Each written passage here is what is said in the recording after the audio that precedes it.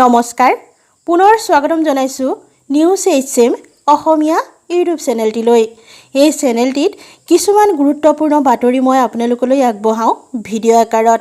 গতিকে দিনৰ কিছুমান গুৰুত্বপূৰ্ণ খবৰ পাবলৈ চেনেলটি ছাবস্ক্ৰাইব কৰি থব।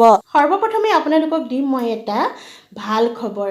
সেইটো হৈছে ভাৰতত আৰোগ্য হাৰৰ সংখ্যা হৈছেগৈ 35% বৃদ্ধি, মৃত্যুৰ হাৰ 3.2%। সমগ্ৰ দেশতে কৰোনা মহামাৰীৰ আক্ৰান্ত আৰু মৃতকৰ সংখ্যা বৃদ্ধি পালেও চিকিৎসকৰ নেৰানেপেৰা প্ৰচেষ্টাত আৰোগ্যৰ হাৰ যথেষ্ট বৃদ্ধি পাইছে। কেন্দ্ৰীয় স্বাস্থ্য আৰু পৰিয়াল মন্ত্ৰালয়ে শনিবাৰে প্ৰকাশ কৰা তথ্য অনুসৰি কালিলৈকে দেশত 58,940টা কৰোনা ভাইৰাছৰ সংক্ৰমণৰ বিপৰীতে এতিয়ালৈকে 30,153 জন লোক আৰোগ্য লাভ কৰিছে। সেই অনুযায়ী ভাৰতত কৰোনাত আৰোগ্যৰ হাৰ হ'ল 35%তকৈ অধিক। আনহাতে 2,750 জন লোকৰ মৃত্যুৰ পাছত মৃতকৰ হাৰ হয়গৈ 3.2%। উল্লেখযোগ্য যে সমগ্ৰ বিশ্বৰ তুলনাত মৃতকৰ হাৰ ভাৰতত প্ৰায় আধা হৈছেগৈ। বিশ্বজুৰি যিহেতু এতিয়া কৰোনা ভাইৰাছে যেন তাণ্ডৱ চলাইছে তেনেকুৱা হৈছেগৈ, মৃতকৰ হাৰ গোটেই বিশ্বজুৰি হৈছেগৈ 6.6%। দেশত সৰ্বাধিক আক্ৰান্ত মহাৰাষ্ট্ৰতে হৈছে। আজি সংক্ৰমিত লোকৰ সংখ্যাই 30,000 অতিক্ৰম কৰিছে মহাৰাষ্ট্ৰত।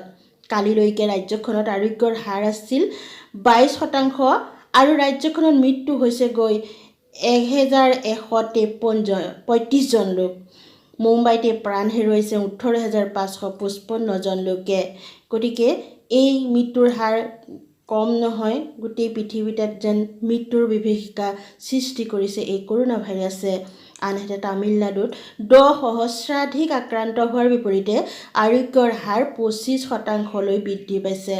ইফালে দেশৰ ৰাজধানী দিল্লীত প্ৰায় 9,000 লোক আক্ৰান্ত হ'লেও আৰোগ্যৰ হাৰ প্ৰায় 40% হৈছেগৈ। দেশখনত 50,000 লোক এতিয়াও চিকিৎসাধীন হৈ আছে।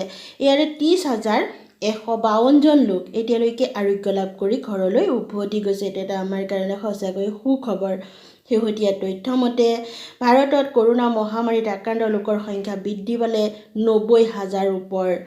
আজিৰ দিনটোত সংক্ৰমিত হৈছেগৈ অভিলেখ সংখ্যক হিচাপে 4,582 জন লোকে। ইফালে 109 জন লোকৰ মৃত্যুৰ পাছত মুঠ মৃতকৰ সংখ্যা বৃদ্ধি পালেগৈ 2,862 জনলৈ। উল্লেখযোগ্য যে শনিবাৰৰ দিনটোত 3,953 জন লোক আৰোগ্য হৈছে। শেহতীয়া তথ্যমতে মুঠ আৰোগ্যৰ সংখ্যা 33,898 জন। গতিকে এই তথ্যলৈ চাবলৈ গ'লে ভাৰতত যিমান সংখ্যক কৰোনাৰ পজিটিভ কেছ ওলাইছে তাৰে কিন্তু সৰহসংখ্যক লোক আৰোগ্য লাভ কৰিব বুলি আমি আশা কৰিব পাৰোঁ। বেলেগ দেশত যেনেকৈ কৰোনাই মৃত্যুৰ বিভীষিকা সৃষ্টি কৰিছে, ভাৰতবৰ্ষত যেন তাৰ সম্পূৰ্ণ বিপৰীত হ'ব তাৰে পৰিলক্ষিত হৈছে। ভিডিঅ'টি চাই ভাল লাগিলে লাইক কৰিব, চেনেলটি ছাবস্ক্ৰাইব কৰক। এনেকুৱা গুৰুত্বপূৰ্ণ ভিডিঅ'বোৰ পাই থাকিবলৈ পুনৰ লগ পাম। আজিলৈ আহিলোঁ।